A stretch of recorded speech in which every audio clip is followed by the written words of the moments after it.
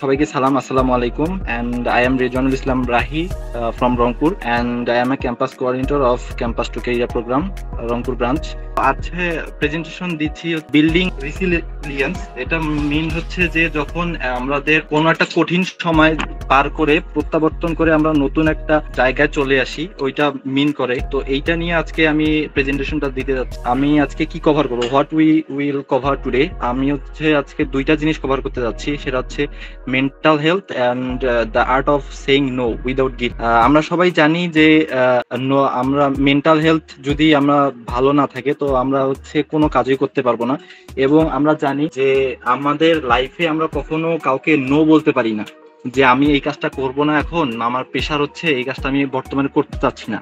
তো এই জিনিসটা বলতে পারি না, এই জিনিসটা নিয়ে আর কি কথা বলতে চাচ্ছি। এবং প্রথমেই আমরা মেন্টাল হেলথের বিষয়ে বলতে গেলে আপনাদের একটু মতামত জানতে চাচ্ছি যে মেন্টাল হেলথ সম্পর্কে আপনাদের কি কার কেমন ধারণা রয়েছে, মানে মেন্টাল হেলথ বলতে আমরা কি বুঝি। কেউ কি বলবেন প্লিজ? কারো কি কোনো মানে আইডিয়া আছে আর কি মেন্টাল হেলথ সম্পর্কে, যে মেন্টাল হেলথ কি জিনিস আর কি? এইটা হয়তো আমাদের স্যাররাও কিছুটা বলেছেন যে আমাদের চিন্তা ভাবনা যে জিনিসটা সেটা নিয়ে। তো প্রথমেই what is mental health. Mental health নিয়ে যদি বলতে চাই যে mental health is your internal home, মানে মেন্টাল হেলথ হচ্ছে আমাদের ভিতরের বাড়ি, যেটা হচ্ছে আম, এখানে সংজ্ঞাটা দেওয়া হয়েছে যে mental health is our emotional, psychological and social wellbeing, impacting how we think, feel and act and how we cope with life challenges. এটার মিনস হচ্ছে যে আমাদের মেন্টাল হেলথ হচ্ছে আমাদের আবেগঘন যে অনুভূতি, তারপর মানসিক যে চিন্তা ভাবনা এবং সামাজিক যে সামাজিকতা রক্ষার্থে যে আমরা যে কাজগুলো করি, এটা আমাদের ইমপ্যাক্ট ফেলে। আমরা কি চিন্তা করছি, কিভাবে অনুভব করছি জিনিসগুলোকে, এবং কি কাজ করছি, এবং আমাদের লাইফের যে চ্যালেঞ্জগুলো রয়েছে সেইগুলো আমরা কিভাবে মানে হ্যান্ডেল করছি জিনিসগুলো, সেটা মিন করে। এবং মেন্টাল হেলথের যদি ডেফিনিশন দেয়া যায়, এই মেন্টাল হেলথের ডেফিনিশনটা যদি আহ, বলি যে the truth definition of mental health বা মেন্টাল ইলনেস, সেটা হচ্ছে আমরা বর্তমানে আছি কিন্তু আমরা কি করি, সব হয় অতীত নিয়ে ভাবি, নয়তো ভবিষ্যৎ নিয়ে ভাবি।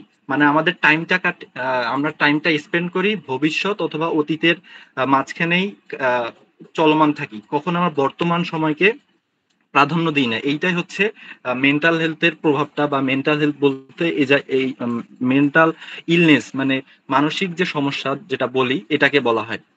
তো সেকেন্ড পয়েন্ট ইজ যে it's not a absence of bad days, but the overall wellbeing of our mind. মানে এইটা হচ্ছে যে একটা খারাপ দিনই যে আপনার শেষ, এরকম না। এটা হচ্ছে ওভারঅল ওয়েলবিং, মানে আমাদের মাইন্ড কিভাবে চিন্তা ভাবনা করছে সেটা নিয়েই আর কি ঘটনা জিনিসটা রয়েছে। এবং it's the internal environment where our thoughts and feelings live. এটা আমাদের ভিতরের জগৎ, যেখানে আমাদের অনুভব এবং হচ্ছে চিন্তা ভাবনা বসবাস করে।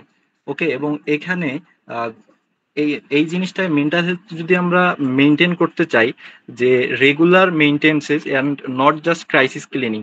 এইটা জাস্ট আমরা যদি বলি যে আমরা আমার মেন্টাল হেলথ প্রচুর পর্যায়ে চলে গেছে, আমি এখন আত্মহত্যা করব, তখন যে যে আমি ক্রাইসিসটা মানে মেন্টাল হেলথ মানে ডাক্তার দেখাবো, ইয়া করবো, এই জিনিসটা না। এই জিনিসটা রেগুলার প্রতিদিন আপনার মাথার মধ্যে প্রেশার আসবে, এটাকে প্রতিদিন আপনাকে মেনটেন করতে হবে। এবং এই আমাদের একজন মনীষী বলে গেছেন যে নোয়ান স্পেন্সার, তিনি বলছে mental health is not a destination but a process.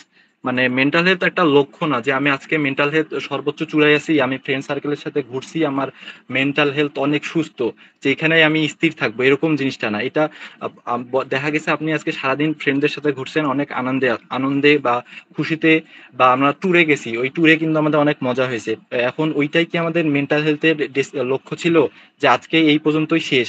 কিন্তু না, পরের দিন আমার ট্যুর থেকে চলে আসার পর কিন্তু আমাদের মেন্টালের মাথার মধ্যে আরো প্রেশার এসেছে, সেটাকে আমাদের কন্ট্রোল করতে হবে।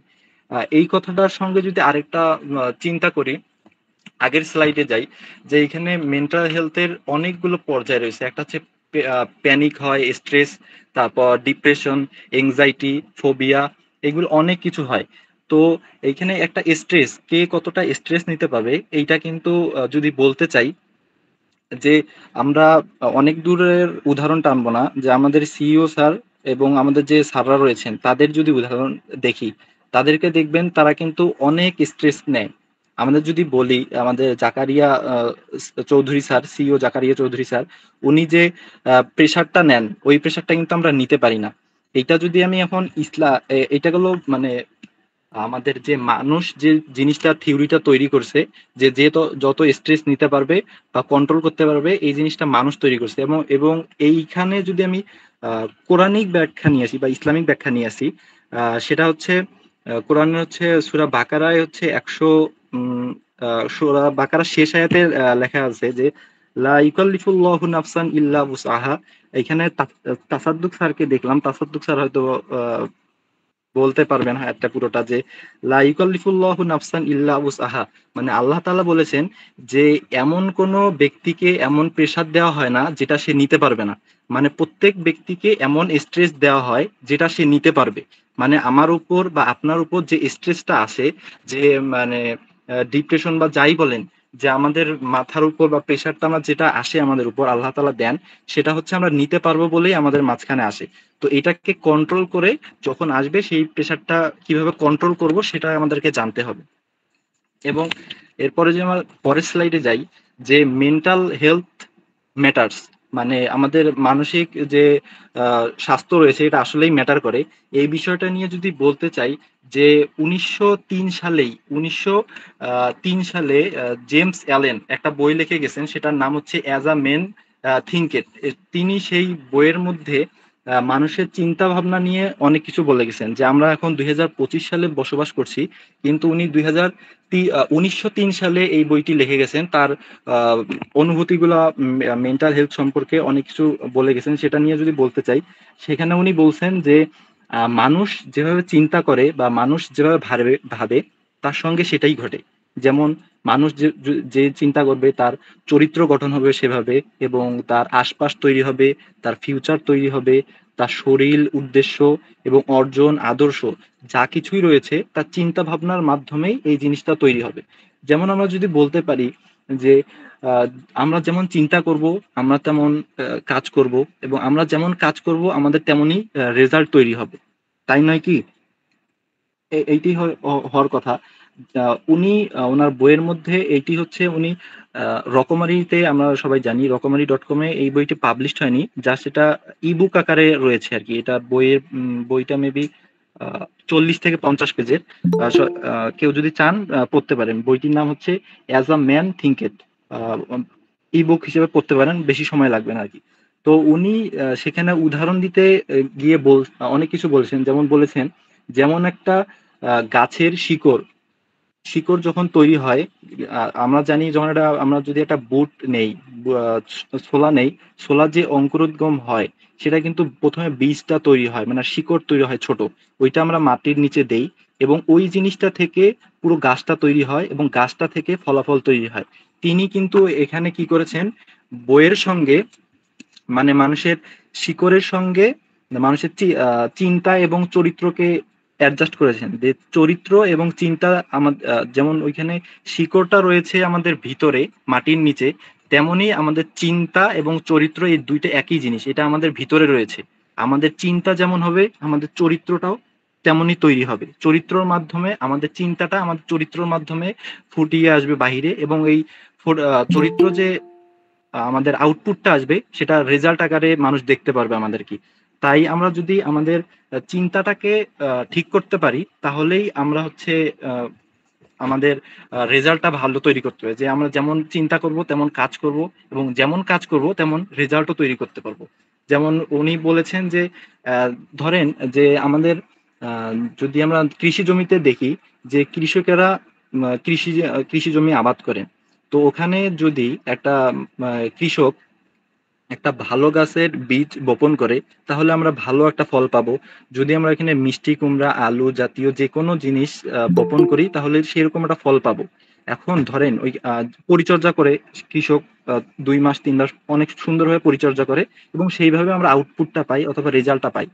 তেমনি আমাদের ব্রেনের ভিতরও যদি আমরা আহ, এবং যদি জমিতে আমরা যদি ওই ফসলটা না ফলাই, কৃষক যদি 2 মাস ফসল না ফলানো ছাড়া জমিটা ফেলায় রাখেন, সেখানে আমরা দেখতে পারি অনেক আগাছা জন্মায়। ওইখানে কিন্তু ওনাকে কোনো কষ্ট করতে হয় না, কোনো কিছুই করতে হয় না, আপনা আপনি জন্মায়। তেমনি উনি বলেছিলেন যে আমাদের চিন্তা ভাবনা অথবা আমাদের মেন্টাল হেলথের মধ্যে যদি আমরা কোনো ভালো জিনিস ইনপুট না করতে পারি, তাহলে আমাদের মাথার মধ্যে আহ আবোল তাবোল অনেক কিছু তৈরি হয়ে যাবে, সেখানে আমরা কিন্তু কন্ট্রোল করতে পারবো না। যেমন আমাদের যদি আমরা ব্রেনের ভালো ইনপুট বা তথ্য প্রদান না করতে পারি, সেখানে আমরা দেখব আমাদের যেমন কি ইনপুট করছি সেটার উপর ডিপেন্ড করবে আমাদের মাথায় যে কাজটা ঘুরবে। যেমন আমরা হচ্ছে ইন্টারনেটে কি দেখছি, আমরা ইন্টারনেট বলতে ফেসবুক, ইনস্টাগ্রাম এবং ইউটিউবে আমরা কি কাজ করছি, আমাদের চারপাশ যে আমার ফ্রেন্ড সার্কেল রয়েছে তারা আমাদের কেমন সাপোর্ট দিচ্ছেন, এবং আমাদের সামাজিকতায় আমাদের কিভাবে সাপোর্ট, পারিবারিকভাবে আমরা কি সাপোর্টটা পাচ্ছি, এইটা পুরোটাই আমাদের সিস্টেমেটিক্যালি আমাদের মেন্টালের উপর প্রভাব ফেলে। তো এই সার্কেল যদি আমাদের ভালো হয়, তাহলে আমরা দেখতে পারবো যে আমাদের কৃষক যেমন ভালো ফসল পেয়েছে, তেমন আমরা ভালো ফসল পাবো। এবং কৃষক যেমন পরিচর্যা করেছে, এবং আমরাও যদি এইভাবে ভালো জিনিস মাথায় নিয়ে পরিচর্যা করি, তাহলে আমাদের ভালো পরিচর্যা মানে ভালো রেজাল্ট পাবো আমরা। এবং যদি আমরা ব্রেনটাকে ফেলায় রাখি, কিছু কাজে না লাগাই, ভালো কোনো কাজে না লাগাই, তখন আমরা দেখতে পারবো যে কোনো আউটপুট ভালো রেজাল্ট আসতেছে না, তখন আমরা নিজেরাই নিজেদেরকে কি করব, দোষ দেব। তো আমাদের এখানে চিন্তাটাই মেইন ফ্যাক্ট। চিন্তা যদি আমরা ভালো করতে পারি, তাহলে আমরা ভালো কিছু করতে পারবো। এবং আমরা যে পরের স্লাইডে আসি, যে মেন্টাল হেলথ ইন বাংলাদেশ, মানে বাংলাদেশের ক্ষেত্রে মেন্টাল হেলথটা কতটা প্রভাব ফেলছে, সেটা নিয়ে আমরা কথা বলবো। যে mental health is shaped by stigma, scarcity of professionals and family norms. Mental হেলথটা মূলত হচ্ছে কলঙ্ক। আমাদের বাংলাদেশের প্রেক্ষিতে বলতে চাই যে আমরা হচ্ছে অনেকটা কলঙ্ক মনে করি, যে আমরা যে কেউ বলি যে আমার মানসিক সমস্যা রয়েছে, এটাকে আমরা মনে করি যে কলঙ্ক মনে করা নাকি, যে এর মানসিক সমস্যায় পাগল হয়েছে মেবি। এবং ভয়, আমার প্রফেশনাল যারা রয়েছে তারাও ভয় পায় এটাকে, এবং ফ্যামিলি ম্যাটার্স করে।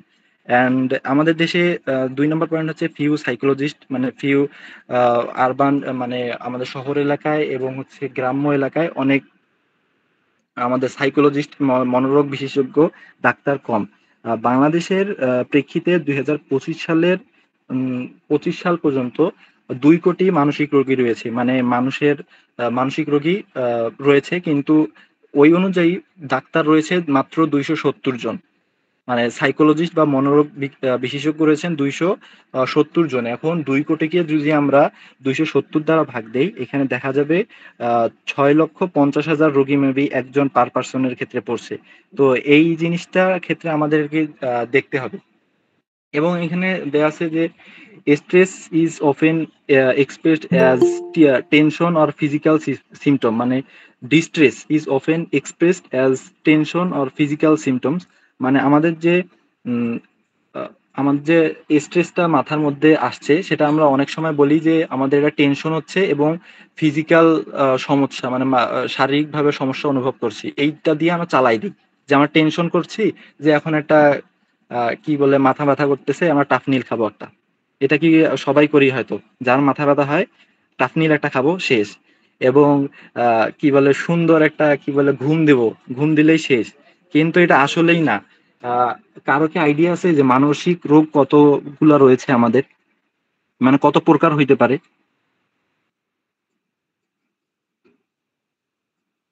কারো কি আইডিয়া আছে যে মানসিক রোগ কতগুলো হইতে পারে আর কি? কারো জানা নেই? ভাই না, আইডিয়া নাই এটা। উত্তর দিতে পারলাম না। মেবি মানসিক সাইকোলজি সাইকোলজি মানে সাইকোলজি সাইকোলজিস্ট বা সাইকোলজি নিয়ে পড়ে তো অনেকেই, আমি মনে করি। তো সাইকোলজিস্ট দের মতে মানুষের মানে মনোরোগ যে সমস্যা, এই সমস্যাটা প্রায় 400 ধরনের। আমাদের যে মানসিক সমস্যা, এটা প্রায় 400 ধরনের হইতে পারে। যে এটা কার কখন কোনটা হবে আমরা কেউ জানি না, কিন্তু আমরা সবাই হয় এটা সুন্দর ঘুম দিয়েই মাথা এই সমস্যাটাকে চাপায় রাখছি, অথবা কলঙ্ক হবে যে আমাকে মানুষ পাগল বলবে, সেই ভয়ে আমরা সমাজের কাছে মুখ দেখাইতে পারবো না, এই জন্য ডাক্তারের কাছে যেতে যাচ্ছি না। অথবা আমাদের এটা নর্মাল জিনিস ভেবেই চুপচাপ থাকছি। আমাদের 400 ধরনের এই রোগটা হইতে পারে, তার মধ্যে যদি 1% কারো মধ্যে প্রকাশ পায় তাহলেই আমরা তাকে বলি পাগল বলি, যে এই লোকটা পাগল হয়ে গেছে। ডাক্তাররা তাকে পাগল বলে। এই 400 ধরনের মধ্যে 1% যদি কারো মাঝে অনেকভাবে প্রভাব পড়তে পারে তাহলে আমরা তাকে বলি যে এই লোকটা পাগল হয়ে গেছে। তো এই জিনিসটা আমাদেরকে আহ, দিন দিন দেখা যাচ্ছে মানসিক রোগের সংখ্যা বাড়ছে, কারণ আমরা দেখতে পাচ্ছি যে আমরা হচ্ছে একে অন্যের সঙ্গে তুলনা করছি। আমরা যে ফেসবুক চালাচ্ছি, ইনস্টাগ্রাম, ইউটিউব, আমরা তুলনা করছি যে আমার চেয়ে তার একটা গাড়ি বেশি, সে সুন্দর বেশি আমার চেয়ে, এবং আমার হচ্ছে কি বলে, আমার কিছু নাই, আমার ওর অনেক কিছু আছে। এই কম্পারিজন করতে যে আমরা হচ্ছে অনেক কি বলে মানসিক টেনশন নিয়ে আসি। ফেসবুকে রাত্রেবেলা, বিশেষ করে রাত 12টার পরে আমরা হচ্ছে অনেক কষ্টে পড়ে যাই যে আমার জীবন নিয়ে আমি হতাশ। এই রাত 12টার পরে হয়তো কষ্টটা অনেক সবার বেড়ে যায় আর কি। তো এইখানে দেখতে হবে যে কষ্ট করার কিছু নাই, যে কারো যদি মনে হয় যে আমার চেহারা সুন্দর না, আমি কালো, আমি হচ্ছে আমার হাইট নাই, আমার 6 ফুট 5 ফুট 5 ফুটের নিচে অথবা 6 ফুটের নিচে, এটা যদি কারো মনে হয়, বা আমি দেখতে কালো, আমার হচ্ছে আমার যদি চোখটা আর একটু সুন্দর হইতো, চুলটা যদি একটু বড় হইতো, আমি যদি ওর মতো হইতাম, এই জিনিসগুলো যদি কারো মনে হয়, তাহলে আমার মনে হয় আমরা যে সূরা ৩ পড়ছি না সবাই, সূরা ৩ এর মধ্যে আল্লাহ তাআলা বলছেন যে লাকাদ খালাকনাল ইনসানা ফি আহসানি তাকওয়িম, মানে আল্লাহ তাআলা বলছেন যে আমি মানুষকে সর্বোত্তম ভাবে সৃষ্টি করেছি। তো এই আয়াতটা পড়ার পরে হয়তো কারো মাঝে কোনো ডাউট আসার কথা না, সবাই হচ্ছে স্যাটিসফাইড থাকার কথা যে আল্লাহ তাআলা আমাকে যেটাই দিয়েছেন আমি সেটাকে সন্তুষ্ট থাকবো। আমি যেটাই হই না কেন, আল্লাহ আমাকে যেটাই দিয়েছেন সেটার মধ্যে সন্তুষ্ট থাকবো। আমাদের কম্পেয়ার করা যাবে না অন্যের সঙ্গে, তাহলে হয়তো একটু আমাদের মেন্টাল হেলথটা একটু প্রেশার কমবে। এবং অ্যাওয়ারনেস, 4 নাম্বার পয়েন্টটা যদি আমি বলতে চাই, অ্যাওয়ারনেস এফোর্টস অ্যালোন আর ইনসাফিসিয়েন্ট। মানে আমাদের যে অ্যাওয়ারনেস গুলা তৈরি করছে, এগুলা এখন মানুষ যে তৈরি করছে সেগুলা হচ্ছে মানে এনাফ না, আরো তৈরি করতে হবে। Need institutional reforms. আমরা জানি গতকালকে আমাদের ফেসবুকে অনেকে ফলো করে ডক্টর কুশল নামে, উনি হচ্ছে কিন্তু একজন মনোরোগ বিশেষজ্ঞ, উনি হচ্ছে আহ, অনেক পোস্ট করেন। তো আমরা কিন্তু এই ইদানিং কালে এসে ওনাদের পোস্ট দেখে বলতে পারছি যে মনোরোগ, যিনি মানে মনোরোগ বিশেষজ্ঞরা যে আছেন তাদেরকে দেখলেই আমরা বুঝতে পারছি। এবং কমিউনিটি বেসড মডেলস, এবং 5 নম্বর পয়েন্টটা কমিউনিটি বেসড মডেলস, যেমন ব্র্যাক টেলিকাউন্সেলিং। তারা কি করছে যে আমাদের এরিয়া অনেকগুলা কমিউনিটি বেসড, তারা এলাকা ভিত্তিক কাজ করছে। এটা হচ্ছে অনেক ভালো দিক একটা, যে আমরা যদি এলাকা ভিত্তিক কাজ করতে পারি তাহলে আমাদের এই মানসিক যে সমস্যাটা এটা কমাইতে পারবো। কারণ মানসিক যদি সমস্যাটা কমাইতে না পারি, আমরা দিন দিন দেখতে পাচ্ছি যে আমাদের ইয়াং যে জেনারেশন আমরা রয়েছি, আমরা অনেকেই ডিপ্রেশনের কারণে মারা যাচ্ছি বা আত্মহত্যা করছি। এই ডিপ্রেশন যদি আমরা কমাইতে না পারি, আমাদের ব্রেনে যদি ভালো কাউন্সিলিং করতে না পারি আমাদের, তাহলে আমরা কোনো ভালো কাজ করতে পারবো না। ভালো কাজ করার আগে আমাদের এই মানসিক আহ, যে শান্তিটা বা পিসটা এটা দরকার। এবং এখানে পরের স্লাইডে আমরা দেখতে পাচ্ছি যে 9 সাইন্স অফ মেন্টাল ইলনেস, মানে আমাদের 9টা এখানে ইমোজি দেওয়া আছে, যে আমাদের ইলনেসের আমরা বুঝতে পারবো যে চিহ্ন, যে কোনটা আমাদের মেন্টাল হেলথ হয়েছে কিনা বা সমস্যা কিনা, এই 9টা ইমোজি দেখলেই হয়তো বুঝতে পারবো। এবং এইখানে আরেকটা পরের স্লাইডে আমরা দেখতে পাচ্ছি যে আমরা কিভাবে মেন্টাল হেলথটা উইথ ব্যালেন্স, মানে স্পিরিচুয়াল, ইমোশনাল, অকুপেশনাল, তারপর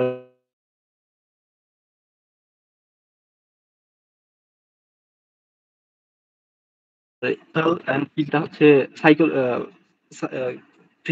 ফিজিক্যালি আমাদের এই যে এখানে 8টা জিনিস দেখতে পাচ্ছি, আমাদের ডে টু ডে লাইফে এই 8টা জিনিস কিন্তু আমরা একটার সঙ্গে আরেকটা যুক্ত। যেমন এই 8টার মধ্যে যদি আপনার একটা কমতি পড়ে অথবা 2-3টা কমতি পড়ে, আপনি তখনই মেন্টাল হেলথের মধ্যে পড়ে যাবেন, আপনার মানসিক চাপ ক্রিয়েট হবে। এবং আমি যদি এইটার সঙ্গে এটা মানুষ তৈরি করছে, কিন্তু আমি যদি এটার সঙ্গে আরেকটু ইসলামের দৃষ্টিকোণে যাই, তাহলে দেখতে পাবো সূরা বাকারার 100 55 নম্বর আয়াতে আল্লাহ তাআলা বলেছেন যে আয়াতটা হচ্ছে ওয়ালানাবলুয়ান্নাকুম বিশাইইম মিনাল খাউফি ওয়াল জুই ওয়া নাকসিম মিনাল আমওয়ালি ওয়াল আনফুসি ওয়াস সামারাত। মানে আল্লাহ তাআলা বলছেন যে আমি প্রত্যেকটা ব্যক্তিকে ধন সম্পদ দিয়ে পরীক্ষা করব, তার শরীর দিয়ে পরীক্ষা করব, তার হচ্ছে জীবনটা হয়তো কোনো জিনিস নিয়ে পরীক্ষা করব, এবং তার হচ্ছে কোনো ক্ষতি মানে দুশ্চিন্তা দিয়ে পরীক্ষা করব। মানে আল্লাহ তাআলা বলেছেন যে আমাদেরকে এইখানে দেখেন অনেক 8টা জিনিস আছে, 8টা জিনিসের মধ্যে যেমন ফাইনান্সিয়াল একটা আছে, এনভায়রনমেন্টাল, এইগুলা দিয়ে আল্লাহ তাআলা আমাদেরকে পরীক্ষা করতে মানে চাইছেন যে আমরা যদি তার পরীক্ষায় উত্তীর্ণ হইতে পারি তাহলে আল্লাহ তাআলা বলছেন ইন্নাল্লাহা, তারপরে আয়াতে বলছেন আল্লাহ ধৈর্যশীলদের সঙ্গে রয়েছেন। তা এই মানে এই যে আমাদের মধ্যে যে ভয়টা আসবে, যে ফাইন্যান্সিয়াল প্রবলেম, তারপর হচ্ছে ধন সম্পদ চলে গেছে, অনেক যে ফিজিক্যাল আমাদের অসুস্থ থাকবো আমরা, সোশ্যাল ভাবে মানে আমাদের প্রবলেম থাকবে, আমার যে অকুপেশনাল যে আমাদের দায়িত্ব রয়েছে, দায়িত্বের মধ্যেও প্রেশার আসবে এবং ওইখানে আমরা ভালো করতে পারবো না, হয়তো স্ট্রেস আসবে। এইটা যদি আমরা ধৈর্যের সঙ্গে থাকতে পারি তাহলে হয়তো আমরা এই দুনিয়ার মধ্যেও হয়তো কিছুক্ষণ স্ট্রেসটা কয়েকদিন নেওয়ার পর রিলিফ হইতে পারবো, এবং তার সঙ্গে আল্লাহ তাআলা যেহেতু বলছেন যে ধৈর্যশীলদের সঙ্গে আল্লাহ তাআলা আছেন, তাহলে আমরা হয়তো পরকালের মধ্যেও দুনিয়া এবং আখিরাত দুইটাই পাচ্ছি। তো এই আয়াতের মধ্যে আল্লাহ তাআলা বলেছেন যে আমি আপনাদেরকে আমি তোমাদেরকে পরীক্ষা করব, ভয়, ক্ষুধা, তারপর ধন সম্পদ এইগুলা নিয়ে পরীক্ষা করব। এবং এইখানে যে লেখাটা আছে, maintaining positive mental health is crucial crucial two living a fulfilling life, but it can be a challenging balancing act. Many different factor contribute to our mental wellbeing. মানে আমাদের মানসিক যে শান্তিটা রয়েছে এইটা অনেক কিছুর উপর ডিপেন্ড করে। এইখানে যে 8টা জিনিস রয়েছে, ম্যাক্সিমাম এই 8টা জিনিসে ডিপেন্ড করে আমাদের মেন্টাল হেলথটা সুস্থ রাখার জন্য। From your personal and social life to your occupation and spiritual, when one or more areas of our life are out of the balance, it can lead to your mental health feeling off. তাহলে এই 8টা জিনিসের মধ্যে যদি কোনো একটা কমতি হয় বা 3-4টা কমতি হয়, তখনই কি হবে, আমাদের মেন্টাল হেলথ অফ হয়ে যাবে, আমাদের মানসিক চাপটা তৈরি হয়ে যাবে। তো এইটার জন্য একটাই জিনিস যে আমরা যদি নিজেকে শান্তিতে রাখতে চাই বা আহ, সন্তুষ্ট রাখতে চাই, মানে মেন্টাল পিস চাই, ব্যালেন্স করতে চাই, সবসময় কি করতে হবে যে আপনাকে যখন কেউ বলে, সালাম দিয়ে বলে আপনি কেমন আছেন, তখন আপনি বলেন আলহামদুলিল্লাহ ভালো আছি। এই কথাটার মধ্যেই সবসময় এই কথাটা বলতে হবে, আলহামদুলিল্লাহ আমি ভালো আছি, যেই পরিস্থিতি আসুক না কেন। যদি এই পরিস্থিতিতে আমরা থাকতে পারি তাহলে আমাদের মেন্টাল হেলথ উইথ ব্যালেন্স মানে ব্যালেন্স করতে পারবো, তাছাড়া কিন্তু সম্ভব না। আমাদের কমতি আজ পর্যন্ত কেউ বলতে পারবে না যে আমি হচ্ছে পুরা কমপ্লিট একটা প্যাকেজ, মানে আমার কাছে সবকিছুই আছে, যে আমার ধন দৌলত, মানে কারো না কারো একটু কমতি আল্লাহ তাআলা এই পৃথিবীতে দিয়েই রেখেছেন, কারো মানে ফুলফিল না এরকম কেউ বলতে পারবে। এবং practice tool or tools for everyday wellness, মানে আহ, কিভাবে প্র্যাকটিস করব ডেইলি, এইখানে কিছু পয়েন্ট দেয়া আছে এবং এর সঙ্গে আমি কিছু যুক্ত করব। প্রথমে বলা হয়েছে অ্যাকনলেজ ফিলিংস, মানে আমার যে ফিলিংসটা বর্তমানে রয়েছে সেই ফিলিংসটা কি করব, যে স্বীকার করে নেব। আমার হচ্ছে মন খারাপ, স্বীকার করবো যে আমি এখন মন খারাপের মধ্যে আছি, এই জিনিসটা স্বীকার করা। এবং এই জিনিসটা স্বীকার করার সঙ্গে সঙ্গে আরেকটা জিনিস বলতে চাই, সেটা হচ্ছে যখন আমার মন খারাপ, এইটা হচ্ছে পরীক্ষিত, যে আপনি আপনার মন খারাপ হবে, আপনি যদি এইখানে হয়তো সবাই মুসলিম, আপনি হচ্ছে দরুদ পড়বেন, সাল্লাল্লাহু আলাইহি সাল্লাম সংক্ষিপ্ত একটা দরুদ, এইটা পড়বেন। এবং আল্লাহ তাআলা নবীগণ সাল্লাল্লাহু আলাইহি সাল্লাম এটা শিখাই দিয়েছেন, দরুদটা পড়বেন সাল্লাল্লাহু আলাইহি সাল্লাম, এবং ইস্তেগফার পড়বেন, এবং 3 নম্বরে সূরা দোয়া ইউনুস, এই তিনটা যদি পড়েন, আমি গ্যারান্টি দিচ্ছি যে আপনার মন ভালো হয়ে যাবে, এটা পুরা গ্যারান্টি। মানে আমার মন খারাপ হইলেও এটা আমি করি, যে আমার যদি মন খারাপ থাকে অন্তত 10 বার অথবা 20 বার আমি পড়বো। আমার যেমনই মন খারাপ মানে থাক না কেন, আমার মনটা ভালো হয়ে যাবে, এইটা গ্যারান্টি দেওয়ার কথা। মানে যেহেতু আমরা সবাই মুসলিম, এটা আর কি বিশ্বাস করি। এবং 2 নম্বর পয়েন্টটা বলছে যে প্র্যাকটিস সেলফ কম্পেশন, মানে talk to your self like a good friend. মানে দুনিয়ার যত কথা আমরা কিন্তু নিজের সঙ্গেই বেশি কথা বলি, মানুষের সঙ্গে বলার আগে আমরা অনেক কিছু নিজেই মনে মনে অনেক কথা বলি। তো সো প্রতিদিন একটু সময় নিজের সঙ্গে, সব সময় গুড ফ্রেন্ড ভাবে নিজের সঙ্গে কথা বলা। এবং 3 নম্বর পয়েন্ট বলছে B present, try to minute mindfulness daily. মানে 2 মিনিট প্রতিদিন কোন নিজের সঙ্গে একদম শান্তভাবে কথা বলা, নিজের নিজের সঙ্গে। এইটা যদি আমরা করতে পারি তাহলে আমরা ওয়েলনেসে থাকতে পারবো। এবং 4 নম্বরে বলেছে যে identify triggers, know what drains your energy. এইটা একটা মেইন ফ্যাক্ট। মানে আমাদের আমরা যে আমাদের যে জেনারেশনটা রয়েছে, এইটা আমি কি পয়েন্ট মনে করি যে এই পয়েন্টটা আমাদের সবাইকে ফলো করা উচিত, যে no what drains your energy, মানে কোন জিনিসটা আমাদেরকে এনার্জি খরচ করতে ব্যয় করছে। যে আমি যখন ফেসবুকিং করছি এবং ইউটিউবিং করছি অথবা ইনস্টাগ্রাম চালাচ্ছি, এই তিনটা রয়েছে এবং আমাদের আশেপাশে যে মানুষ রয়েছে, এই চারটা জিনিস যদি খেয়াল করি, এই চারটার মধ্যেই এই অ্যান্সারটা পাওয়া যাবে যে কোন জিনিসটা আমাদের এনার্জিটা লুজ করছে। যে আমরা যখন ফেসবুকিং করি, আমি ফেসবুকিং এর মধ্যে কি করছি, আমার নেগেটিভ জিনিসগুলো যে আসতেছে, যে মানুষের সাথে কম্পেয়ার করবো, খালি জাস্ট মানুষের জিনিসে দেখছি, এটা কিন্তু আমাদের ব্রেইনের প্রতি এনার্জি লুজ হচ্ছে। ইউটিউবিং, ইনস্টাগ্রাম, এটা লুজ হচ্ছে আমাদের এনার্জি। এবং আমাদের যে আশপাশের ফ্রেন্ড সার্কেল রয়েছে, আমাদের কার সঙ্গে মেশা, আমরা কার সঙ্গে উঠছি উঠা বসা করছি, এটাও কিন্তু আমাদের এনার্জি লুজ হওয়ার ক্ষেত্রে বুঝায় আর কি, যে ট্রিগার করে, এনার্জি খরচ করে। তো ওই আমাদের এই পারিপার্শ্বিক যে জিনিসগুলো, এটাকে যদি মানে অল্টারনেটিভ করি, যে আমি যখন ফেসবুকিং করব, ইনস্টাগ্রাম চালাবো এবং ইউটিউব চালাবো, তখন আমি যে রিলস দেখতেছি, ওই রিলসটা যদি আমার শিক্ষণীয় হয়, তখন কিন্তু আমার এটা এনার্জি খরচ হওয়ার চেয়ে এনার্জি কিন্তু আমার কিছু না কিছু আমি শিখবো এবং হচ্ছে একটা পজিটিভ ভাইবের মধ্যে থাকবো। এবং আমার আশেপাশের মানুষ যদি নেগেটিভ মানুষের থেকে পজিটিভ পার্সন হয়, তাহলে কিন্তু আমরা এখান থেকে কিছু শিখতে পারবো। এবং নাম্বার 4 ইজ ঘুমের দরকার, তারপর নিউট্রিশন দরকার, মুভমেন্ট অ্যান্ড সানলাইট দরকার। এখানে বলেছেন যেটা নির্দিষ্ট পরিমাণ ঘুম দরকার, যেটা আসলে আমাদের হয় না, অনেকেই আমরা ঘুমাইতে পারি না। এখানে কেউ বলতে পারবে না, আহ, কেউ কি বলতে পারবে যে আমি 2টার আগে কেউ ঘুমায় এখানে, বা 1টার আগে ঘুমায়? কেউ কি আছে? না, নাই। আমি ঘুমাই ভাই 12টার পর, আমার খুঁজে পাওয়া যায় না ইদানিং। আসলেই? আসলে 12টা? বাচ্চা 2টার পর? সাড়ে 10টার মধ্যে ঘুমাই, 10টা, সাড়ে 10টা, 9টা। এটা মিশু বলতেছে না ভাইয়া? হ্যাঁ, আমি বিশ্বাস করছি, আমি তোমার উপর ভরসা কথা বলছি। বিশ্বাস 10টা। করতে হয়, আমি বলছি না। এবং পর্যাপ্ত পরিমাণ ঘুমের দরকার। এখানে আমাদের আজকের জেনারেশন যে আমি ফলো করি, যে 3টার আগে মেবি কেউ ঘুমায় না, 2টা 3টা, এখানে যতই বলুক ম্যাক্সিমাম কিছু, মানে কিছু মানুষ আছে ঘুমায়, কিন্তু ম্যাক্সিমাম 1টা থেকে 2টার মধ্যে সবাই ঘুমায়। তাহলে পর্যাপ্ত ঘুম হচ্ছে না আমাদের, পর্যাপ্ত ঘুমের দরকার। তারপর নিউট্রিশন দরকার। নিউট্রিশনটা কি কি দরকার? যে গাঢ় শাকসবজি খাওয়া দরকার, তারপর হচ্ছে উম সবুজ শাকসবজি খাওয়া দরকার, বাদাম খাওয়া দরকার, এবং চর্বিযুক্ত মাছ খাওয়া দরকার। এখানে আপু কি কিছু বলবেন? আফি আপু? জি, আমার বলার ছিল ঘুমের ব্যাপারে, যেহেতু আপনি বললেন, তো আমাদের মেন্টাল হেলথের জন্য একটা সাউন্ড স্লিপ অবশ্যই খুবই ইম্পর্টেন্ট। জি, হ্যাঁ, আপনার প্রশ্নটা কি একটু বলতেন? না, আমার কোনো প্রশ্ন নেই।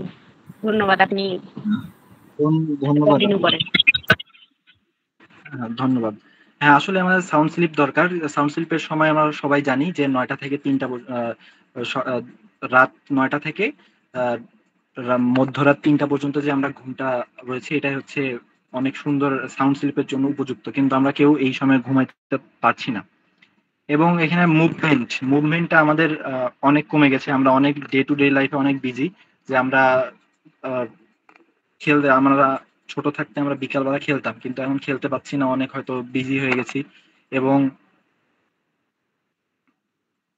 আমার মনে হয় স্লাইডটা একটু দেখা যাচ্ছে না নেট ইস্যুর কারণে। আমি বলছি, নেটটা চলে আসবে হয়তো। মুভমেন্টটা আমাদের হচ্ছে না, এবং সানলাইটে আমরা অনেক কম যাচ্ছি। আমার সানলাইটের মধ্যে যাওয়া দরকার।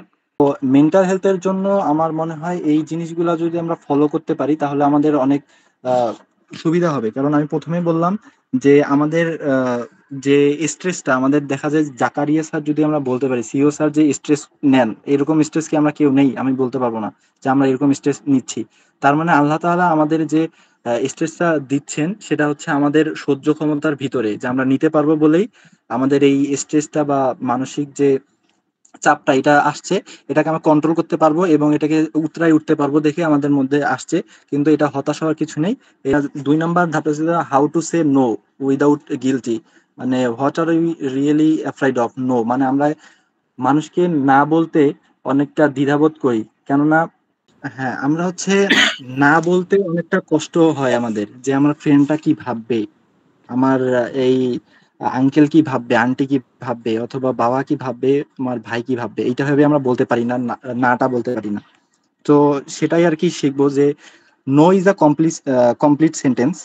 মানে এটা আমাদের নোটা কিন্তু পুরো একটা কমপ্লিট সেন্টেন্স হয়। এবং হোয়াই ইটস হার্ড, মানে এটা কেন বলাটা কঠিন সেটা নিয়ে একটু আলোচনা করি। যে fear of being rude and selfish, disappointing others. মানে আমরা রুড়ো হয়ে যাব, আমরা যদি নো বলি তাহলে রুড়ো হয়ে যাব, অথবা স্বার্থপর ভাববে আমাদেরকে, অথবা অন্যকে কষ্ট দিয়ে ফেলবো, এই জন্য আমরা নো বলতে পারি না। এবং the truth is saying no equal saying yes to properties, energy, piece.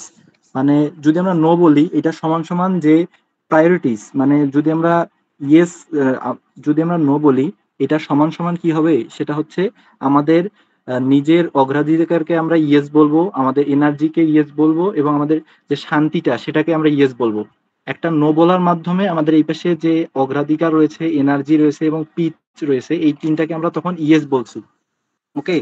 এবং guilt comes with guilt comes from valuing other. যখন আমাদের যে এই গিল্টটা আসে সেটা হচ্ছে আমরা যখন অন্যকে বেশি প্রাধান্য দেই তখন আমাদের এইটা আসে। তো নিডস অ্যাবভ ইওর ওন, মানে এই গিল্টি ফিল করার যে করব না তখনই যখন আমাদের নিজেদেরকে উপরে রাখবো, আমাদের নিজেদেরকে যদি অগ্রাধিকার বেশি দেই তাহলে এই ফিলটা আমরা করব না।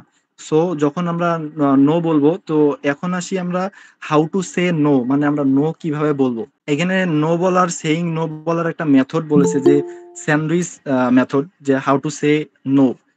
নো বলার একটা জুম করলে আপনারা দেখতে পারবেন যে আমরা যখন বার্গার খাই, বার্গারের উপরে একটা কি থাকে, বানের একটা পিস থাকে, নিচে একটা পিস থাকে, মাঝখানে থাকে চিজ থাকে, আমাদের দেখতে পাচ্ছি চিজ রয়েছে, তারপর হচ্ছে পেঁয়াজ, তারপর আরো যে যা কিছু থাকার সেখানে মাঝখানে রয়েছে। তো আমরা প্রথম এবং শেষে আমরা কি দিব, সেইখানে বলেছে যে অ্যাপ্রিসিয়েট দ্য অফার, মানে always starts the conversation with praise. মানে I am really flattered your thoughts of me for this project. মানে তাকে প্রথমেই আমরা যে কথাটা বলবো যে আপনার প্রজেক্টটা অনেক সুন্দর, বা আমাকে অনেক চিন্তাশীল করেছে, বা এরকম সামথিং বলবো। মানে উপরে বার্গারের যে বানের যে পিসটা দেয় ওইটা দিব। মাঝখানে কি বলবো, ডিক্লাইন দ্য অফার, মানে মাঝখানে আমাদের যা কিছু আছে সেইগুলা দেবো, যা না যে বলবো মাঝখানেই দেবো। যে this is your actual no, মাঝখানে থাকবে this is your actual no. তখন আমরা বলবো but I am unable to commit to it right now, মানে তোমার এই জিনিসটা আমি এখন করতে পারছি না। এবং শেষে আবার কি দিব, আরেকটা বানের যে পিস থাকে সেটা দিব। সেটা কি, positive remarks, end on a good note, মানে একটা সুন্দর একটা কমপ্লিমেন্ট দিব তার নামে, যে I am sure there is a another opportunity we can collaborate on in the future. মানে আমি আমি শিওর যেটা আমরা তোমার সঙ্গে সুন্দর একটা অপরচুনিটি, আমরা পরে ফিউচারে এটা নিয়ে কাজ করতে পারি। এইভাবে নোটাকে বলা শিখবো। সো এইটা বলার আগে আরেকটা জিনিস বলে নেই, এই নোটা আমি বলছি কিন্তু আমি হয়তো কারো কাছে কোনোদিন যদি বলি যে ভাই আমাকে একটু হেল্প করেন বা আপু একটু হেল্প করেন, তখন আমাকে আমার এই মেথডটা আমার উপর খাটায়েন না, ঠিক আছে?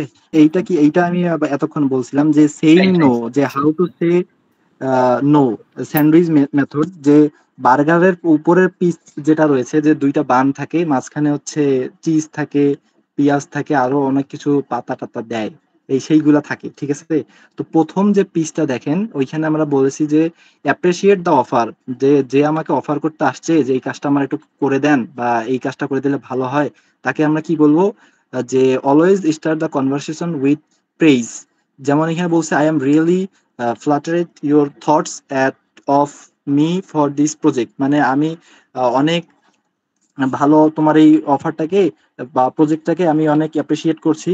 এবং মাঝখানে দেখেন যে যেমন বার্গারের মাঝখানে চিজ থাকে, পেঁয়াজ থাকে, অনেক কিছু থাকে, এখানে বার্গারের মাঝখানে আপনাকে নো বলাটা বলতে হবে। যেমন this is your actual no, decline the offer, মানে না বলার জন্য মাঝখানটাকেই তিনটা কথা বলবেন, তার মাঝখানে থাকবে নো।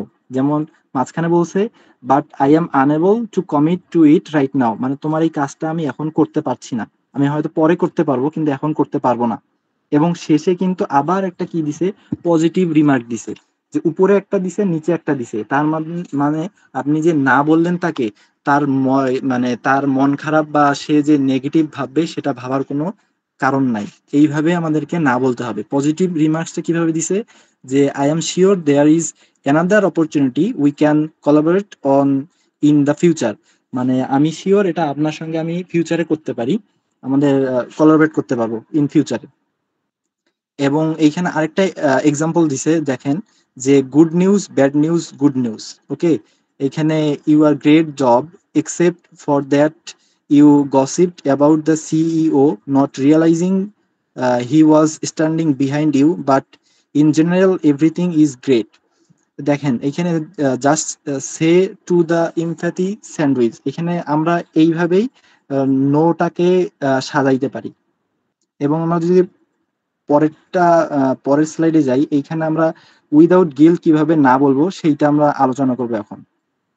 যে সেইং নো উইদাউট গিল্ট, আমাদের এই নো বলাটাকে কিসের জন্য আমরা বলতে পারি না, যে সোশ্যাল প্রেশার থাকে, ফ্যামিলি প্রেশার থাকে, ইল্ডার আমাদের বড়রা কি বলবে, এমপ্লয়ার্স মানে আমার সিনিয়র এমপ্লয়ার্স বা যারা রয়েছেন বা জুনিয়ররা কি ভাববে, জেন্ডার রোলস, এইগুলা কারণে আমরা হচ্ছে জিনিসটা বলতে পারি না। তারপর refusal can risk reputation, safety or economic security, এই জিনিসটাকে আমাদের রেপুটেশন, সেফটি আর ইকোনমিক সিকিউরিটি যে রয়েছে এই জিনিসটাকে মেনটেন করতে হবে।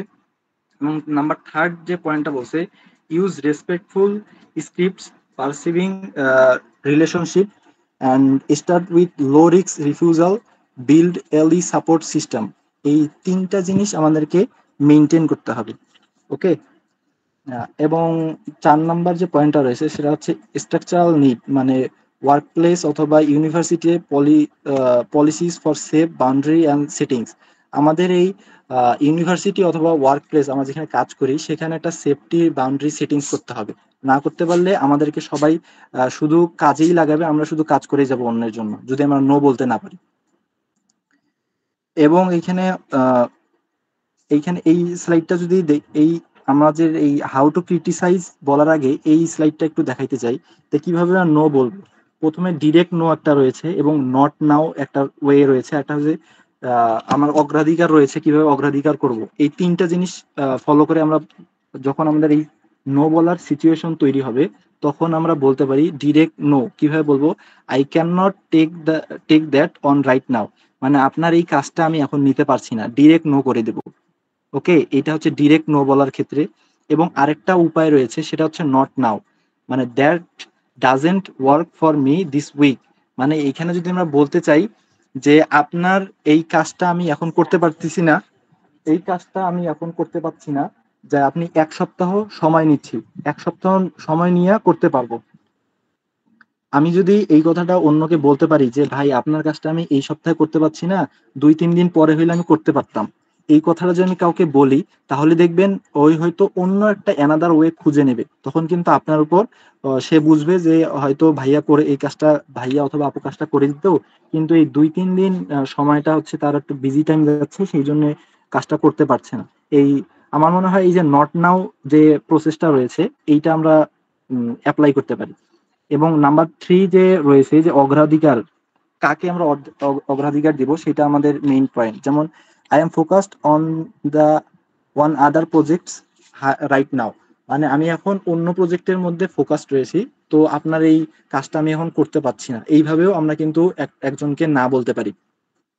So remember, rejecting the request not equal rejecting the person, মানে আমরা যদি কোনো রিকোয়েস্ট না করি সেটা অসমান হচ্ছে পার্সনটাকে আমরা না বলছি না, আমরা হচ্ছে প্রজেক্টটাকে না বলছি, আমরা পার্সনটাকে না বলছি না।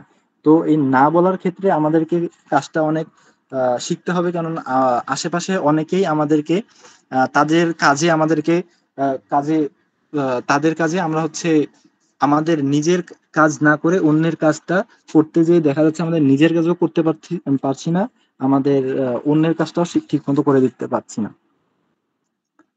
এবং এই হাউ টু ক্রিটিসাইজ এইটা বলতে চাচ্ছিলাম, তবে আজকে থাক। এইটা আমার হাউ টু ক্রিটিসাইজ মানে অন্যকে কিভাবে ক্রিটিসাইজ করা যায় এটাও আমাদের শিখতে হবে, কারণ গঠনমূলক criticism very important for our environment, বা অথবা হচ্ছে আমাদের যে আহ, আশেপাশের আমরা যে কলিগ রয়েছি অথবা ফ্রেন্ড সার্কেল রয়েছে, এটা আমাদের উপকার হবে যে আমরা যদি অন্যের ভুল ধরতে পারি, তা সুন্দরভাবে ভুল ধরে তার ভুলটা সংশোধন করে দিতে পারি, তাহলে দেখা যাবে তার হচ্ছে অনেক উন্নতি হচ্ছে। And feedback method, how to sandwich your feedback, praise employees negative feedback and praise again। মানে কাউকে যদি আমরা হচ্ছে ফিডব্যাক দিতে চাই, ডিরেক্ট বলবো না তুমি এই কাজটা করতে পারো নাই। যেমন আমার যদি আজকে আহ, আমার কথায় উদাহরণ দেই, আমার আজকে প্রেজেন্টেশনটা খারাপ হইতে পারে, হইছে ধরেন। এখন আপনি আমাকে ডিরেক্ট বলবেন না যে আপনার প্রেজেন্টেশনটা খারাপ হয়েছে, আপনি বলবেন প্রথমে আমাকে একটু প্রেইজ করবেন যে আপনার সুন্দর ছিল প্রেজেন্টেশনটা, প্রথমের দিকে সুন্দর করছেন, মাঝখানে নেগেটিভ যে জিনিসগুলো আছে সবগুলো মাঝখানে দিবেন। এখানে যেমন টমেটো দিছে, তারপরে যেমন হচ্ছে একটা মাংসের পিস দিছে, এই জিনিসগুলো মাঝখানে, নেগেটিভ জিনিস মাঝখানে দেবেন। তারপর আবার শেষে কি করবেন, প্রেইজ দেবেন যে হ্যাঁ বেস্ট অফ লাক, আপনি নেক্সট আরো ভালো করবেন। এইভাবে যদি আমার নিজের দিয়ে উদাহরণটা দিলাম, আপনারা যদি আমার প্রেজেন্টেশনটা আজকে এইভাবে করতে পারেন, তাহলে মনে হয় আমার এই স্লাইডটা সার্থক হবে, যে হাউ টু ফিডব্যাক, অন্যকে ফিডব্যাক কিভাবে দিব, এইভাবে ফিডব্যাক দিতে হয় আর কি। এবং ডোন্ট, আমরা শেষের দিকে চলে এসেছি, ডোন্ট থিঙ্ক জাস্ট ডু, মানে আমরা ফেলকে ফেলকে মানতে পারি না, যে ফার্স্ট অ্যাটেম্প ইন লার্নিং, মানে আমরা কিভাবে ফেইল, মানে ফেইলের পূর্ণরূপ এইটা আমরা জানি সকলেই। তো একটা শেষে তুর্কিশ প্রভাব দিয়ে শেষ করব, যে if you will never taste a bad apple, you will never appreciate a good apple. So you have to experience life to understand life. So আমরা যদি একটা সুন্দর স্বাদ পাবো তখনই যখন আমাদেরকে একটা তিক্ত স্বাদ থাকবে, তখনই আমরা যখন অন্য একটা সুন্দর স্বাদ নিতে যাব তখন আমরা বুঝতে পারবো, কম্পেয়ার করতে পারবো। সো লাইফে কোনো কিছু করতে গেলে হয়তো আমরা হচ্ছে কি করব, ফেল করতে পারি, এই ফেল করাকে ভয় পাওয়া যাবে না, নেক্সটে হয়তো আমরা ভালো করব, তখন আমাদের এই ফেইলটাকে, ফেইলের যে পরে যে স্বাদ, মানে জয়ের যে স্বাদ সেটা আমরা পাবো। এবং এই ক্ষেত্রে আমাদের হয়তো খালিদ ফারহানের অনেকে ভিডিও দেখেন, সেখানে খালিদ ফারহান বলেছেন যে 20 থেকে 30 অথবা 20 থেকে 35 বছরের মধ্যে আপনি যদি 10-12টা অথবা 10-15টা প্রজেক্টের মধ্যে ফেল না করেন, তার মধ্যে আপনি লাইফে কিছুই করেন নাই। এই আমার কথাটা অনেক আগেই শুনেছি, তখন থেকে আমার মনে হয়েছে যে লাইফে যত ফেল আসুক তখন ভালো লাগবে আর কি। ফেল করা মানে এই 10 বছর যদি ফেল করতে থাকি, তারপরে দেখা যাবে আমার যে এক্সপিরিয়েন্সটা হবে, সেই এক্সপিরিয়েন্সটা হয়তো যে কখনো আহ মাঠে নামিয়ে নাই, যার এক্সপিরিয়েন্স, মানে এক্সপিরিয়েন্স বলতে যে আমি ফেল করছি, অনেক এক্সপিরিয়েন্স আমার গ্যাদার হয়েছে, কিন্তু যে ভয় করছে, ফেইলের ভয় করছে, যে এই প্রজেক্টটা করব কি করব না, এই কাজ আমি করা ঠিক হবে কি হবে না, এইটা যখন ভাববো আমার, তখন এই এক্সপিরিয়েন্সটা কিন্তু হবে না। এই তুর্কিশ প্রভাবটা আমার এই স্লাইডে যুক্ত করার এইটাই কারণ। এবং শেষ পর্যায়ে আমি আরেকটা, মানে একটা গ্লান্স, মানে আমাদের 20 থেকে 25 বছরের মধ্যে যেসব 13টি বিষয় নিজের মধ্যে থাকা জরুরি, এটা বলেই আমার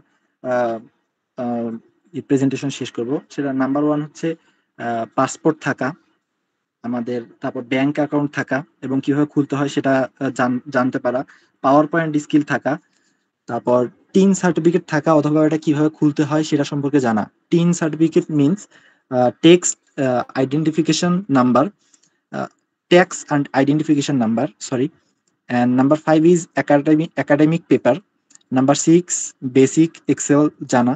এইটা হয়তো আমরা হচ্ছে অনেকেই অনেক আগে থেকে শিখি, কিন্তু আমাদের ইএসবিডি থেকে আমরা হচ্ছে ক্যাম্পাস টু কেরিয়ার প্রোগ্রামের মধ্যে আমাদের শিপন ভাইয়া গাইবান্ধার মধ্যে অনেক সুন্দরভাবে পরিচালনা করছেন। আমাদের বগুড়া যারা রয়েছেন তারাও অনেক সুন্দরভাবে করছেন। আমার রংপুরের মধ্যে অনেক দ্রুতই চালু হয়ে যাবে ইনশাল্লাহ। এবং পাওয়ার পয়েন্ট স্কিলও আমাদের শুরু হয়ে যাবে ইনশাল্লাহ। এবং 7 নাম্বার রয়েছে হচ্ছে অফিসিয়াল লেটার বা ফর্মাল লেটার লিখতে জানতে পারা, মানে অফিসিয়াল লেটার কিভাবে লিখতে হয় বা ফর্মাল লেটার কিভাবে লিখতে হয় সেটা জানতে পারা, অথবা ইমেল কিভাবে করব, ফর্মাল ইমেল সেটা জানতে পারা আমাদের দরকার, এবং ফর্মাল ড্রেস কোড সম্পর্কে ধারণা রাখা। কারণ আমরা হয়তো আরো বড় কোনো পর্যায়ে যাব, ওইখানে কিভাবে ড্রেস কোড মেনটেন করবো এটা যদি না জানতে পারি, তাহলে হয়তো আমাদের জানি যে একটা কথা রয়েছে, আগে দর্শনধারী তারপর গুণ বিচারী স্যাররা বলে থাকেন। তো এই ড্রেস কোড সম্পর্কে জানা। এবং নাম্বার 9 নিজের ধর্ম নিয়ে জানা ও মানা, নিজের ধর্মকে জানবো এবং মানার চেষ্টা করা। এবং 10 নাম্বার হচ্ছে গাড়ি চালানো শেখা, এটা একটা স্কিল। তারপর সাঁতার জানা। এবং নাম্বার 12 হচ্ছে নিজের সিভি নিজেই লিখতে পারা। 13 নাম্বারটা দেখা যাচ্ছে না, sorry for that. And that's all. Thank you for listening. And please don't ask a difficult question. And that's from my side. Overall, over to. Thank you very much, Rahi, for your great presentation. নতুন একটা টপিকসের উপর খুব চমৎকার presentation দিয়েছো, এই জন্য তোমাকে ধন্যবাদ রাহি। এবং আমার মনে হয় নট ব্যাড। রাহির প্রেজেন্টেশন সম্পর্কে যদি আমরা দুই একজনের একটু কথা শুনি, কেমন লাগলো? আমরা সামনাসামনি এখন আমাদের আলোচনা করা দরকার, কেন? যাতে রাহির জায়গা থেকে আমরা 3 জায়গা থেকে 3 জনের বক্তব্য নেই। রংপুর থেকে না, আগে বগুড়া থেকে শুনি। বগুড়া থেকে যে কেউ about Rahi's presentation. Fahim. আমি একটু বলি। জি। তো মাশাআল্লাহ রাহি অনেক অনেক অনেক ভালো করছে, যেটা আমার কল্পনা ছিল না। এবং রাহির ক্লাস থেকে পার্সোনালি আমি অনেক কিছু শিখতে পেরেছি। যেমন তার প্রথম যে বিষয়টা ছিল মেন্টাল হেলথ নিয়ে, সেখান থেকে আমি অনেক কিছু শিখেছি যে আমরা অতীত এবং ভবিষ্যৎ নিয়ে এত বেশি মাতামাতি করি যে বর্তমানের কথাই ভুলে যাই। তো বর্তমানে যদি আমরা আজকের কাজে যদি আজকে করতে পারি, তাহলে আমাদের ভবিষ্যৎ অটোমেটিক্যালি সুন্দর হয়ে যাবে। এই কথাগুলো আমার কাছে খুব ভালো লেগেছে। এরপর যে মেন্টাল স্ট্রেস বা প্রেশারের কথা আসলো, যে দ্বিতীয় টপিকসটা, সেটাও খুব অসাধারণ ছিল। আল কোরআন এবং হাদিস থেকে রাহি সুন্দরভাবে কিছু উদাহরণ টেনেছে। কিছু থ্যাংক ইউ। রাহি কিন্তু চমৎকার প্রেজেন্টেশন দিয়েছে, এবং অলরেডি সেটার কমপ্লিমেন্টারি যেটা বলার দরকার সেটা ফাহিম অনেক সুন্দর বলছে। আমরা গাইবান্ধা থেকে শুনতে চাই যে রাহি অ্যাবাউট রাহিস প্রেজেন্টেশন। আলহামদুলিল্লাহ, রাহির আজকের প্রেজেন্টেশনটা অনেক সুন্দর ছিল। যদিও সে প্রথম, ওর কাছ থেকে অনেক কিছু শিখতে পারলাম আমরা। যে না বলতে যেমনটা আগে বলে গেলেন বগুড়া থেকে আমাদের ফাহিম মনে হয়, আরো বেশ কিছু তথ্য তুলে ধরলেন যে আমাদের 10টা বিষয়ে খুব জানা দরকার, সেই বিষয়টাও খুব ভালো লাগলো। আমার মনে হয় রাহির প্রেজেন্টেশনটা খুবই ভালো ছিল। থ্যাংক ইউ জিয়া, চমৎকার কমপ্লিমেন্ট করার কমেন্টস করার জন্য। সো আমরা রংপুরের কারো কাছ থেকে শুনতে চাচ্ছি about Rahi's presentation. রাহি, তোমাকে আমি একটা কথা বলবো, সেটা হলো তুমি বললা যে আজকে তোমার ফার্স্ট প্রেজেন্টেশন অনলাইনে, অফলাইনেও তুমি অতটা বেশি প্রেজেন্টেশনে অংশগ্রহণ করো না, তাই তো? তুমি একটা জিনিস নিজে দেখো, আমাদের কমপ্লিমেন্টের কতটা মানে এখানে দরকার, তুমি এটা নিজে বুঝতে পারবা। তুমি 20 থেকে 25 জনকে পুরা 1 ঘন্টা প্লাস সময় ধরে টানে ধরেছিল। এটা কিন্তু কোনো কম ব্যাপার না ভাই। কারণ হচ্ছে দেখা যায় যে মানে অনেকেই এই জিনিসটা পারে না, ধৈর্যটা ধরে রাখতে পারে না বা আগ্রহটা ধরে রাখতে পারে না। আমি হচ্ছে, তুমি বিশ্বাস করবে না ভাই, আমি শুক্রবারের দিন একটু ঘোরাঘুরি করি আর কি। তো রাস্তার মধ্যে বেরিয়েছিলাম, বেড়ানোর পর হচ্ছে ভাবলাম যে এমনি ক্লাসে জয়েন করি। ক্লাসে জয়েন করার পর তুমি যখন প্রথমে ঢুকে যখন বললা যে হচ্ছে মেন্টাল হেলথের কথা, এখন হচ্ছে তারপর প্রশ্ন করলা যে মেন্টাল হেলথ সম্পর্কে বলো, কেউ কি জানো কিনা এই বিষয় সম্পর্কে। তো আমি ভাবলাম বলি আমি। এখন পরে ভাবলাম রাস্তায় আসি, অনেক শব্দ টব্দ হচ্ছে, বাসায় যাই। মানে তোমার টপিক সিলেকশনটাই আমার এত ভালো লাগছিল, আমি রাস্তা থেকে ঘোরাঘুরি বাদ দিয়ে আমি বাসায় আসিয়া যে এখন বসে বসে তোমার কথাবার্তা শুনতেছিলাম আর কি। তো আমি আবার আমার কথাগুলো রিপিট করবো যে আসলে এখানে কমপ্লিমেন্টের কোনো দরকারই নেই ভাই। তুমি নিজে একবার ভাবো যে তুমি এই 20 থেকে 25 জন মানুষকে টানা 1 ঘন্টা প্লাস আটকায় রাখছো ধৈর্য সহকারে, এবং শেষ পর্যন্ত তারা হচ্ছে কোনো ব্যাড কমেন্ট ছাড়া তারা তোমাকে সবাই পজিটিভ কমপ্লিমেন্ট দিচ্ছে। এটা আসলে একটা বড় অ্যাচিভমেন্ট। কেউ রাহি মিশু খুব সুন্দর বলছে যে 1 ঘন্টা এই 25 জনকে যে তুমি ধরে রাখছো, ইটস সো মানে কি অনেক বড় একটা কাজ হয়েছে। Thank you Rahi. সো আমার মনে হয় শুক্রবারের দিনের সেশনটা জমে উঠছে না, এবং আমার মনে হয় আমরা অনেক ভালো শিখতেছি। এবং আমরা অনেক ভালো করতেছি এবং আমরা মেসেজ শেয়ার করি আগামী 1 এবং 2 আমাদের 2 দিন ব্যাপী কিন্তু presenter workshop for the campus coordinator, আমরা 2 দিন ব্যাপী প্রেজেন্টার ওয়ার্কশপ করছি যাতে তোমাদের প্রেজেন্টেশন আরো বেশি ভালো হয়। কারণ তুমি যে ক্যারিয়ারেই যাও না কেন, গভর্নমেন্ট জব করো, তুমি প্রাইভেট জব করো, তুমি ব্যাংকে জব করো, তুমি বিজনেস করো, হোয়াটএভার তুমি যেটাই করো না কেন, প্রত্যেকটা জায়গায় কিন্তু তোমার এই প্রেজেন্টেশন গুলো অনেক বেশি গুরুত্বপূর্ণ এবং এই প্রেজেন্টেশন গুলো তোমাকে অনেক বেশি কনফিডেন্ট করে তুলবে। এবং এটি বলবো আমরা যে আমরা খুব দ্রুত তোমাদেরকে নিয়ে বিভিন্ন কলেজগুলোতে মুভ করবো, যে কলেজগুলোতে তোমাদেরকে নিয়ে আমরা আর বাইরের ট্রেনার আনার দরকার হবে না। আমার তো মনে হচ্ছে সেই দিন ইএসবিডির খুব বেশি দূরে নয়, যেদিন আর বাইরে থেকে কোনো ট্রেনার আনতে হবে না, তোমরা ইএসবিডির ট্রেনার হিসেবে সারা বাংলাদেশ ব্যাপী নেতৃত্ব দিবে। আমার মনে হয় সেই দিনটা আসতেছে। So now the time to build yourself to lead the nation.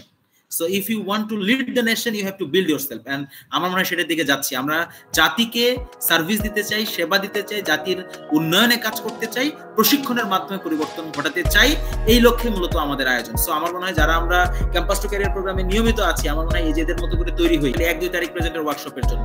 এবং তোমাদের জন্য কিন্তু ন্যাশনালি অ্যাক্টিভিটির জন্য প্রস্তুতি হচ্ছে। ঢাকাতে যেন তোমরা পারফরমেন্স করতে পারো সেই পরিবেশ তৈরি করে দেওয়া হচ্ছে। সো রেডি হও, আগামী দিনের presentation is a skill, presentation is a career, not only career, it's a bright career, এবং তোমরা অনেক কিছু করতে পারবা ইনশাআল্লাহ। So okay fine, thank you very much. আমি শেষ করতে চাচ্ছি, আমার মনে হয় উপস্থাপকের কাছে চলে যাই, ফর্মালিটিস মেনটেন করে সমাপনী বক্তব্যের মধ্য দিয়ে আজকের সেশনটা শেষ হবে। ভালো থাকো, সুস্থ থাকো। আগামী শুক্রবার আমরা মিথিলার চমৎকার প্রেজেন্টেশন দেখার অপেক্ষায় রইলাম। আশা করি ও অন্য সকলের মতো করে ভালো করবে ইনশাআল্লাহ। Thank you. সবাই ভালোভাবে পড়াশোনা করো, নিজেকে স্কিল ডেভেলপমেন্টের মধ্যে রাখো। মনে রাখতে হবে আমরা যদি নিজের স্কিল ডেভেলপমেন্ট করি, আমার সবসময় আমি যে কথাটা বলি, our learning ability decides our earning capacity. So enrich your learning ability, তাহলে দেখবে তোমার আর্নিং ক্যাপাসিটি এমনি বেড়ে গেছে। থ্যাংক ইউ, ভালো থাকো সবাই, অনেক ভালো লাগবে। থ্যাংক ইউ, আসসালামু আলাইকুম।